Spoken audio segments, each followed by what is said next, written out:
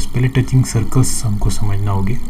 और यहाँ पर देखो दो ही सर्कल की बात की गई है कि दो टचिंग सर्कल किस तरीके से हो सकते हैं। तो दो ही केस आता है। फर्स्ट केस क्या है, C1 केस 1 आएगा कि एक तो तुम्हारे सर्कल ऐसे हो सकते हैं, मतलब दोनों सर्कल, एक ऐसा सर्कल है, इसको इसी पॉइंट से, बाहर के पॉइंट से दूसरा सर्कल टच हो जाए, इसको बोलते हैं एक्सटर्नली।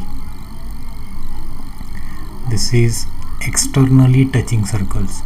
और दूसरा है कि इंटरनली, मतलब ये सर्कल एक, इसको अंदर से एक पॉइंट से ऐसा एक सर्कल और एक टच हो जाए, मतलब ये एक ही पॉइंट पे टच होगा।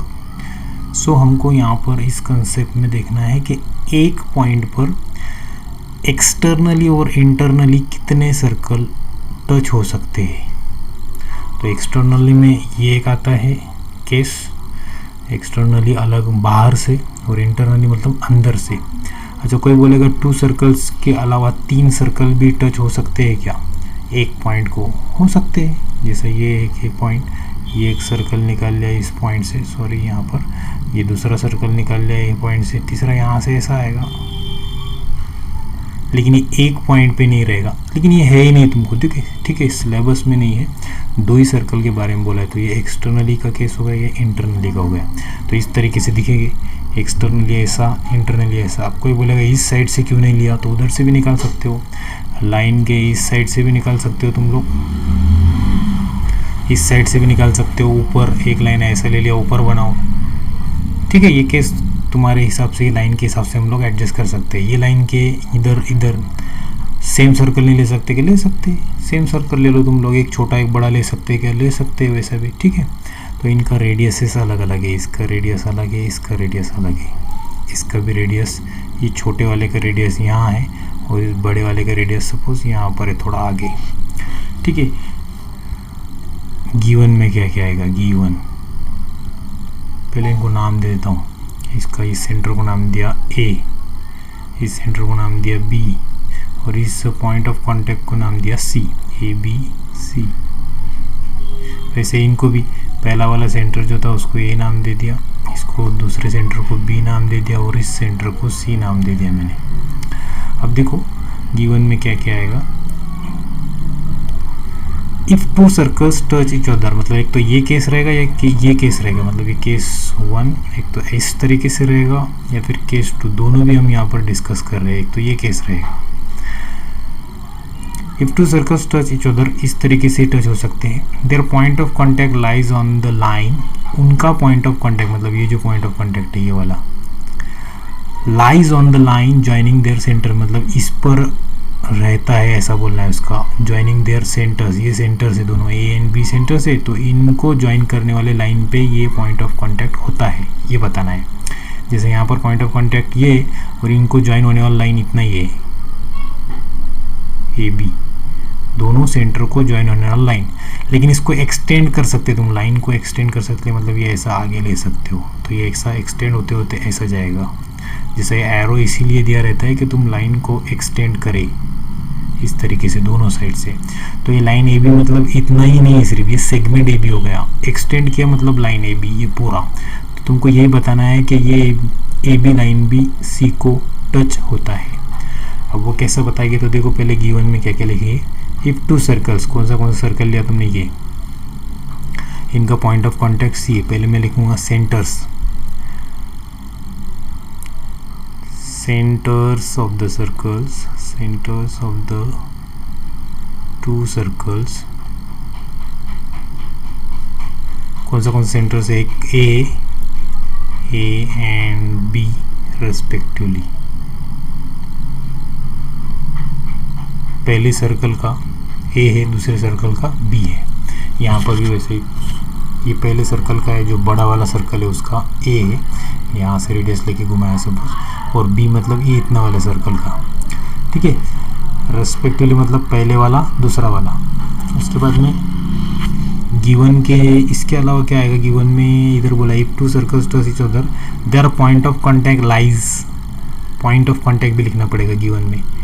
C यहाँ पर है पॉइंट ऑफ कांटेक्ट दोनों का, यहाँ पर भी C पॉइंट ऑफ कांटेक्ट है, तो C is a point of contact, point of contact to prove में लिखेंगे टू में आएगा,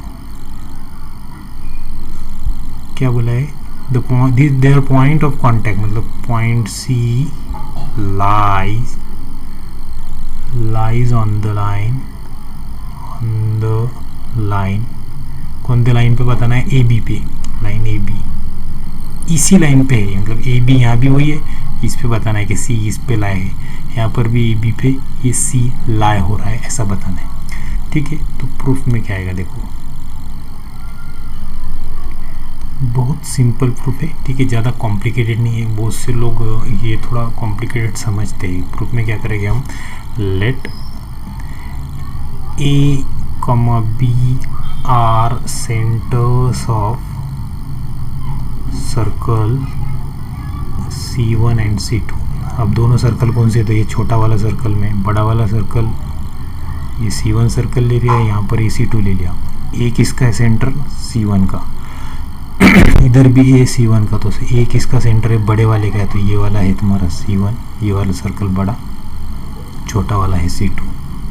ठीक है, ये C2 ये C1 सर्कल, नाम दे दिया सिर्फ उनको, और इधर बोल दिया A B are centres of the circle C1 and C2। हमेशा मैं बोलता हूँ पहले सेंटर लिखना, उसके बाद में क्या आएगा, ये जो टेंजेंट है, पॉइंट ऑफ कांटेक्ट है, मतलब क्या, ये जो टेंजेंट रहेगा ये यहाँ पर रेडियस के साथ, इसके साथ अगर मैं इस लाइन को पॉइंट ऑफ कांटेक्ट के ये लाइन को, टेंजेंट को अगर एल ले लूँ, यहाँ पर भी एल ले लिया, इधर भी एल लिया, तो मैं यहाँ लिखूँगा लाइन एल परपेंडिकुलर, किस पे परपेंडिकुलर रहेगा, ये इस पे, इधर से इस बी सी को और इधर से इस ए सी को, तो लाइन एल परपेंडिकुलर टू,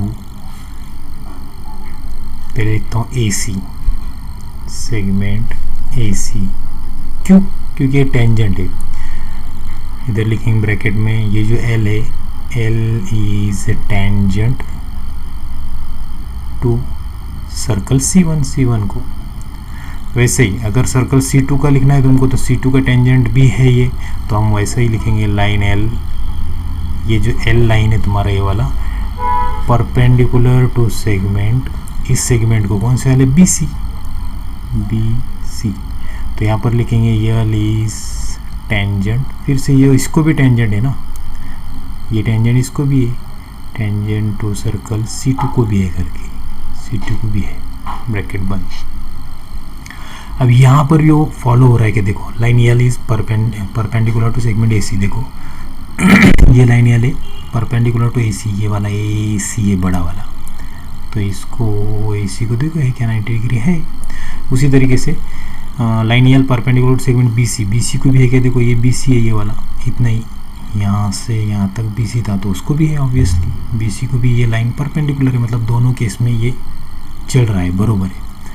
अगर मैं इसको उल्टा करूँ ये इसको परपेंडिकुलर है, ये इसको परपेंडिकुलर, तो उल्टा भी फॉलो करेगा, मतलब segment AC is perpendicular to line L and segment BC ये वाला भी इसको परपेंडिकुलर रहेगा, परपेंडिकुलर टू लाइन L। अब ये लाइन L है। अब ये पॉइंट जो तुम्हारा इस पे एक पॉइंट तो लाई करता है तुम्हारा C तो इधर बीच में है। ठीक है, अब क्या बोला है कि तुम्हारा ये AC परपेंडिकुलर है इसको L को। अब AC अगर परपेंडिकुलर है तो मुझे बताओ A यहाँ रह सकता है क्या? अगर मैं यहाँ A ले लिया तो ये देखो ऐसा आएगा, ये तो ये परपेंडिकुलर है कि डिस्टेंस, ये एंगल ये तो 90 से कम होगा। फिर A मैं यहाँ ले सकता हूँ कि देखो अगर मैं A यहाँ लेना चाहूँ तो A यहाँ से कितना एंगल बनाएगा, ये ऐसा ज़्यादा एंगल रहेगा, 90 तो नहीं रहेगा, मतलब मैं A सिर्फ यहीं पर ही ले सकता हूँ। कैसा, यहाँ पर, क्योंकि यहाँ 90 बनेगा ऐसा, समझ रहा होगा शायद। अच्छा कोई बोले A इधर से ले सकते हैं क्या, तो इधर से ले लिया तो भी एंगल तुम्हारा देखो इसके साथ लाइन के साथ ये एंगल ऐसा बनेगा, क्योंकि ये लाइन तो ऐसा आएगा, मतलब A तुम सिर्फ यहीं ले सकते हो, एक तो इधर लो या फिर इधर लो, यहाँ पर भी A आ सकता है। तो हम A कहाँ लेंगे, इस साइड लेंगे। अब बचा B किधर आएगा, देखो अगर B में फिर से B इधर लूँ यहाँ पर बी ले लिया मैंने, तो बी क्या होगा, ये एंगल देखो कितना बनेगा, अगर यहाँ अगर बी लेते हैं हम तो ये एंगल कितना बढ़ेगा एल के साथ, बहुत कम बनेगा, 30 या फिर 25 ऐसा कुछ तो बनेगा। हमको तो इधर बोला है कि जो बी सी है, ये वाला बी सी परपेंडिकुलर है इसको, तो वो यहाँ पर चाहिए ऐसा, ये एक पॉसिबिलिटी बन जाता है। मतलब क्या, बी यहाँ पर आना चाहिए, यहाँ पर। इसका मतलब क्या, तुम्हारे पास पॉसिबिलिटी सिर्फ यही बचा कि ये पास एल और ये सी पॉइंट है, तो तुमको इधर अगर ए लिया तो इधर तुमको बी लेना पड़ेगा, और वो भी एक ही लाइन पे लेना पड़ेगा ऐसा, तभी ये 90 रहेगा लाइन एल। ठीक है, मतलब ये लाइन एल ये तभी रहेगा जब ये दोनों तरफ से 90 आना चाहिए, इसको भी 90 आना चाहिए। मतलब एक ही पॉसिबिलिटी बचा कि वो ऐसा ही आना चाहिए, तो वहाँ पर देखो अब पॉसिबिलिटी मतलब क्या, ये सी क्या हो गया, इस लाइन पे ही आना चाहिए, इस लाइन पे ऐसा ही होगा, तभी ये पॉसिबल है। तो सिंपली यहाँ पर हम बोल सकते हैं C lie on the line A B पे ही लाई होना चाहिए।